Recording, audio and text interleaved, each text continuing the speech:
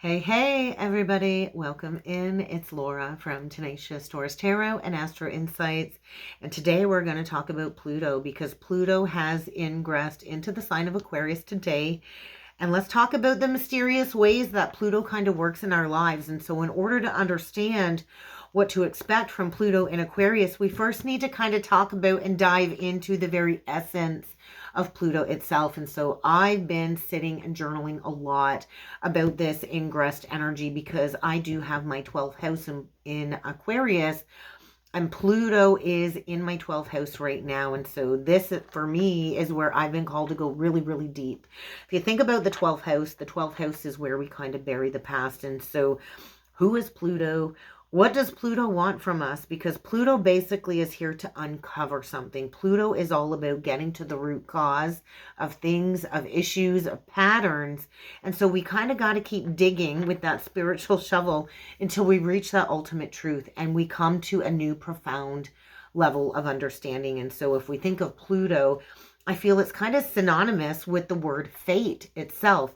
And so it's kind of like this brute force. It's ruled by Mars. We currently have Mars in Leo about to go retrograde on December the 6th, and it's going to dip back into the sign of Cancer. And I'm going to do a video about that, so stay tuned. But there's this force energy, this forceful energy kind of being brought into our existence, basically affecting us all differently depending on where this ingress is happening within your birth chart. And so Pluto kind of is our natural survival instinct. Pluto, I talked about the energy of Pluto. It's kind of like the subconscious motivations. And so survival instinct, let me just tell you, is not just individual survival, which would be connected to the Mars energy. And currently Pluto is in direct opposition to Mars right now with this ingressed energy. And so this is all about our collective survival instinct as a whole species. And so what is preserving life itself? I feel Pluto is kind of coming in and saying you can't resist these changes. Pluto is all about change. And so if we try to resist the change, then we're kind of resisting the cosmic flow, the cosmic laws of life. And so it doesn't have to be us against the world. That's going to be futile when it comes to these energies, because Pluto isn't really here to give us what we want. It's to allow us to transcend. Pluto is allowing us to transcend all of our egoic tendencies, all of our egoic needs, so we can come into alignment when it comes to the greater good of humanity, the greater good of the universe. And so it's kind of crucial right now to align ourselves with Pluto rather than resisting it. And so let's talk about all of the things about Pluto that we need to kind of distill, because the Pluto essence itself is here to ask us to identify the core of an issue. And so what triggers you the most? Pluto is here to trigger you the most in a certain area of your birth chart. And so Pluto is kind of showing you what it is that you resist. So what is it that you resist with all your freaking might?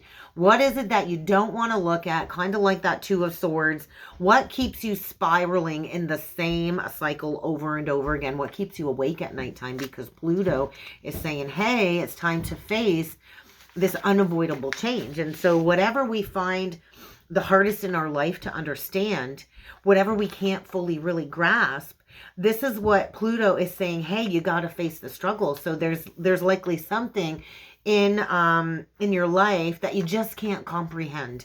And so Pluto basically is here to shine a light on the shadow. And at that analytical 0 degrees, 0 degrees for me is God point energy. It is a brand new cycle that we are stepping into, and we're going to have Pluto in Aquarius for about the next 2 decades. So think about that. Think about what seeds you want to plant when it comes to this transformational journey. Because just like the sun kind of shines down on us, it creates a shadow, right? And so it isn't really who we are, it's the shape of who we are.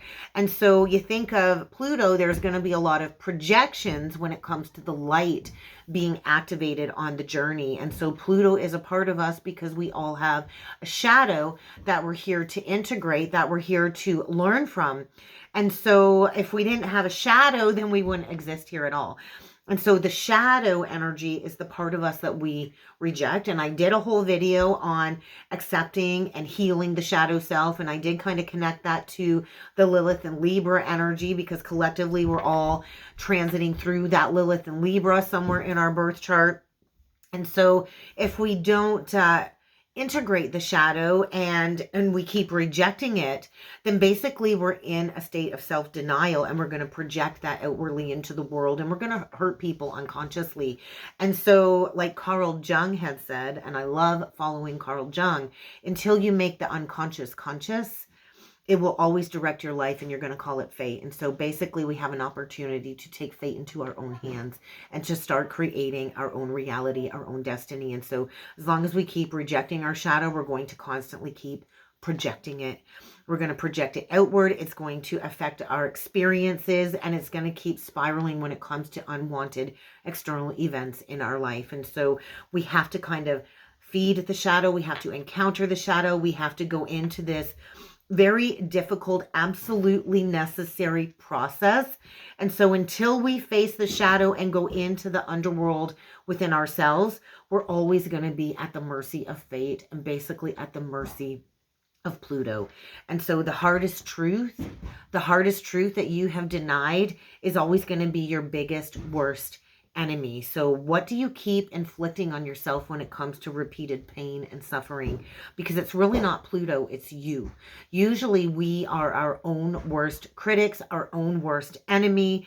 And so what part of you, inside of you, is like screaming like, I can't face this, I can't face this, I can't look at this. And so if something is triggering you and you can't make sense of it, that's kind of Pluto working its magic, right? That's the number one thing about Pluto. It kind of works its magic below the surface. And so there's a shadowy energy here calling for your attention, revealing something within you that really needs a deeper understanding. And so like let's take, for instance, if crime triggers you, it doesn't mean that you're a criminal, because usually if something triggers you, there's an unhealed wound inside of you.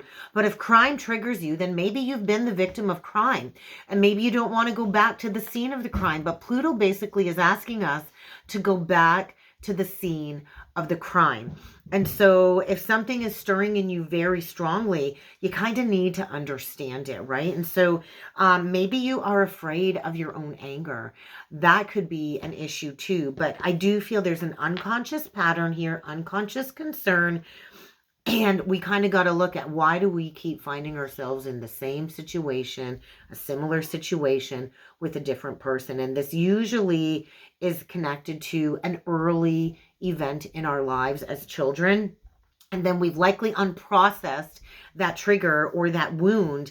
And then we can keep playing into victim mentality until we kind of witness the wound and clear it and come to terms with it fully. And so that's really what Pluto is asking us to do, is to process all of these unprocessed experiences that are kind of lurking in the shadows, that are kind of lurking in the unconscious mind, that are really wanting to emerge so we can start living consciously.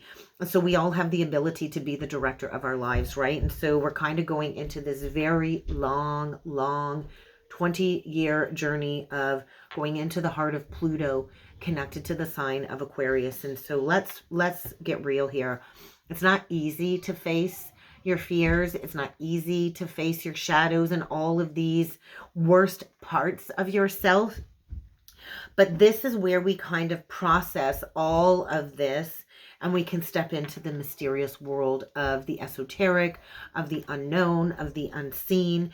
And so in order to truly move past maybe somebody that's hurt us or wronged us, we have to overcome betrayal. And I talked about that betrayal wound as well. And I can't remember what video it was, but I talked about that. And so if we're honest, let's get honest.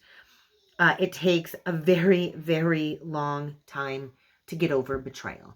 You don't just get over it in 6 months, in a year. I have been working on healing the betrayal wound that I went through back in early 2019. And so it still will spiral back to another layer of understanding. But we also have to admit our mistakes, maybe where we led ourselves astray and allowed that betrayal to take place. And so it takes great maturity to do the work of diving into this Pluto energy. And so we're here to kind of stop going into our tendencies for instant gratification, because that's the devil energy.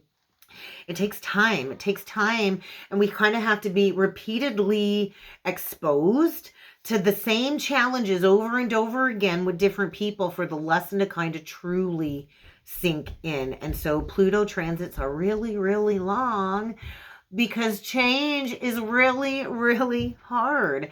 And it takes time to process lessons and change. And that's why Pluto takes its time in a sign. It's the furthest planet out there, and it takes the longest to make a transit around us. And so it takes time to uncover. It takes time to make sense of things. And basically, it's kind of unearthing everything buried deep inside of us in the subconscious mind. And so this journey of Pluto in Aquarius will bring forward trials and tribulations. It will. And there's no way around it, okay? We always are going to have another change, another challenge. And it's always going to be worth it in the end if we choose to grow and develop and turn the pain and the lessons into wisdom. It allows us to cultivate more compassion moving forward. And it allows us to bring us closer to our true spiritual path, 1111 on the timer. And so we are in this portal of massive global collective awakening. And Pluto is here to help us understand, hey, we're part of something bigger. Aquarian energy is being a part of something bigger. It's the most humanitarian sign of the zodiac. And so when our personal growth aligns with the greater good, then we have overcome the challenges of Pluto. And so Pluto gets a really bad reputation, a really intense bad reputation, because it does speak of death. And so Pluto is asking us to get into the heart, right? To go into the heart, to go deep into this transformation, because on the other side, we're going to be rooted in love, oneness, collective love. And so Pluto isn't just here to inflict pain. It's here to dig us out of the pain, to dig us out of this constant suffering. And the only way to get out of these states of suffering is to dive into the pain, into the betrayal, into the wound, to release all of these outdated constructs of the ego. Okay. And so we're here to align to Pluto. We're not here to resist the change. And so life becomes a lot lighter, and it becomes a less of a constant struggle when we integrate our shadow self, when we integrate all of the challenges that are arising in this Plutonian theme. And so there is a really big difference between going with the tide and swimming against it. So I don't know about you, but I don't want to go against the grain. I don't want to go against the tide. I want to be in harmony with the laws of the universe. So let's go a little bit further with some cards, and let's talk about the current energies as Pluto ingresses into Aquarius today. Let me go grab some decks, guys. Okay, I haven't used this deck in a while, but we're going to go into the dark mirror energy because of the darkness of Pluto's ingression. We're going to see what these negative energies are that we might be grappling with as a collective. And so let's get at it with the dark mirror oracle cards, and we will go further. We will go further with some tarot. So I'm going to do things a little bit differently. Usually I do a 9-card spread, but we're going to do a past energy when it comes to a circumstance that is affecting your current situation. So what is the dark mirror past energy that is affecting the collective's current situation? What is the dark mirror message? Okay, we get atonement. 2 came out, and I won't cry for you.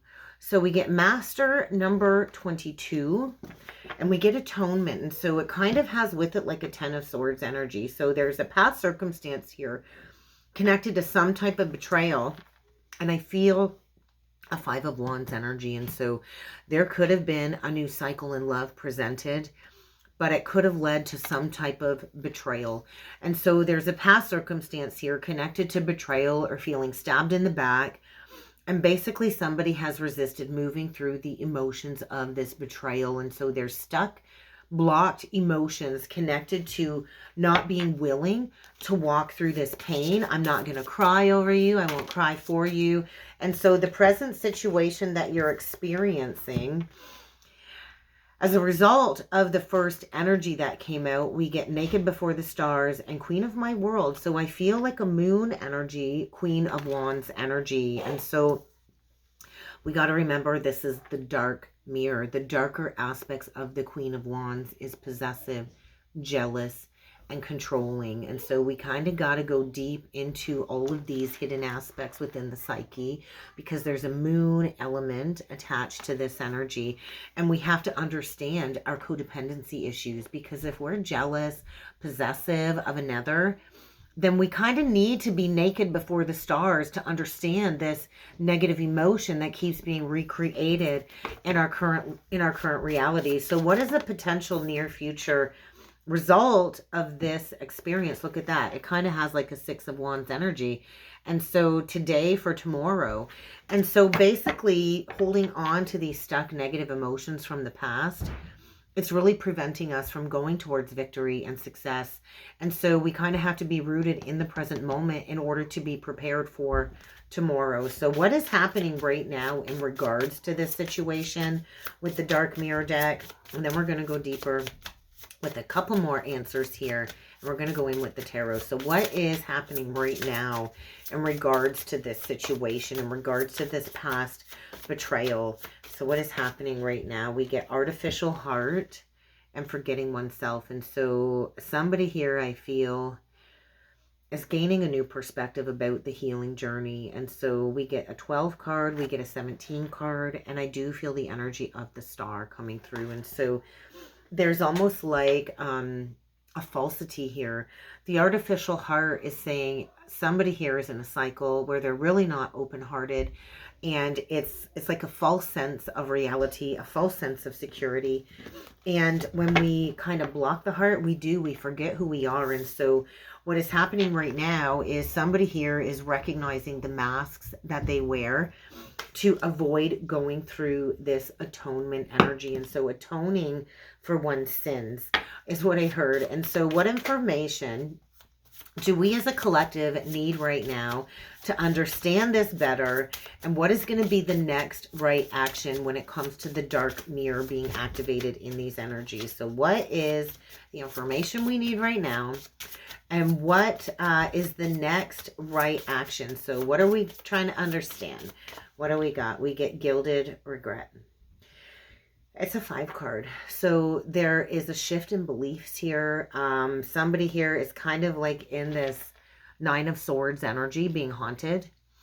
And so in order for these painful memories to move through us, we do have to drop them out of the head and into the heart. What do we get on the bottom of the deck? Triumph of Lies. So we kind of have a magician quality of energy coming through here.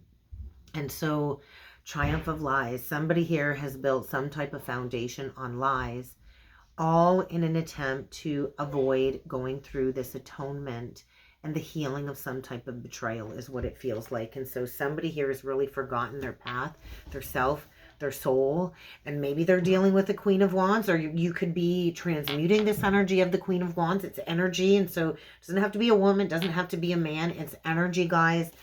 But let's go a little bit further with the tarot, and let's see if we can dig into this further. So what is this past betrayal all about? Okay, we get the Emperor in reversed.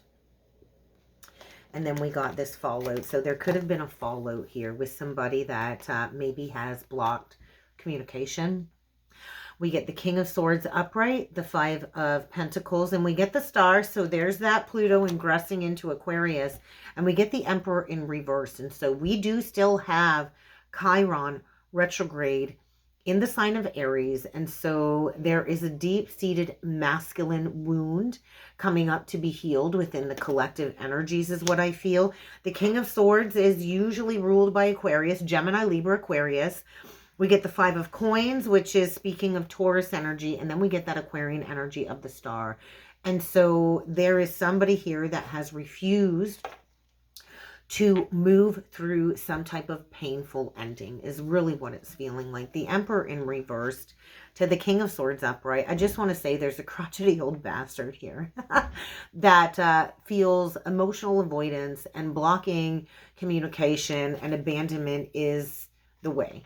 And so I feel there's somebody here that has refused to move through the healing journey, and it kind of feels like a major wake-up call here. So it's kind of like the divine masculine fall, and we all have divinity within us. When I say divine masculine and divine feminine, we all have both of these energies within us. But I do feel there was some type of very painful fall or ending, and somebody has chosen to remain cold and distant and has refused to communicate. And I do feel like a wake-up call. So let's look at the present energies connected to this Queen of my world, which I want to say Queen of Wands and the Moon. There's something very hidden here as a result of this past experience. So we could have had an Emperor in reverse move towards a very karmic cycle with a karmic feminine to learn the lesson of power and control, because the Emperor in reverse is a control freak. I want to say there's a control freak energy. And so the Queen of my world, we get the Ace of Wands reversed and the Wheel of Fortune in reverse. And so there could have very well been a huge missed opportunity here. I just feel there's an unfortunate turn of events playing out here.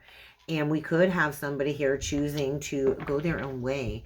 And so there is some type of separation as a result of those first energies that came out. So if we look at the potential future outcome, I feel Virgo energy. And so we do have Jupiter retrograde right now in Gemini. And so there's like a re-evaluation of a missed opportunity due to the fact that somebody wasn't willing to move through their negative emotions. And so the near future energy today for tomorrow, we go from the Six of Wands energy is what I feel to the Seven of Wands.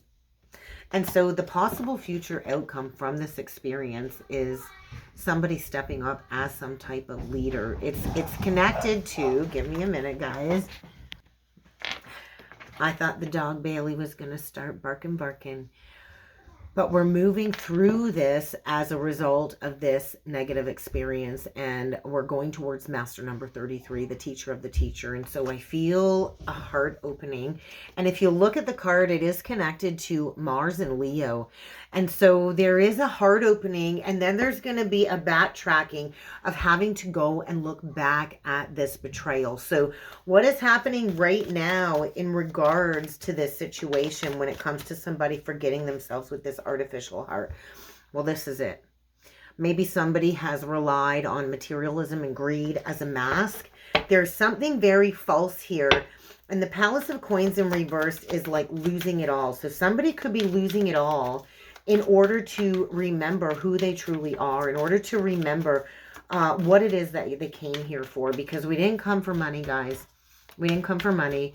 We came for love. So let's get one more card on what is happening right now. Yeah, there's illumination of that. We didn't come for money. We came for love. So I do feel a reorientation. Leo energy, earth energy, and somebody's going to have to go back to the scene of the crime is what it feels like. So Saturn recently did go retrograde in the sign of Pisces. And so this is all about completing some type of karmic lesson. So Pisces energy, very loud. Leo energy, loud. And so this really is about going back to the scene of the crime. And so there's like gilded regret when it comes to a situation here. So we're clarifying that gilded regret. We get the Eight of Coins in reversed, the Magician reversed, the Six of Coins reversed, and the Faith reversed. And so somebody here is, it just feels like losing it all. They're losing faith. I do feel this is exposure when it comes to manipulation, abuse, cycles of inequality, cycles of imbalance here. And this could even mean massive collective job losses. The Faith card in reversed, or the Hierophant in reversed, is saying, hey, Pluto in Aquarius is screaming change.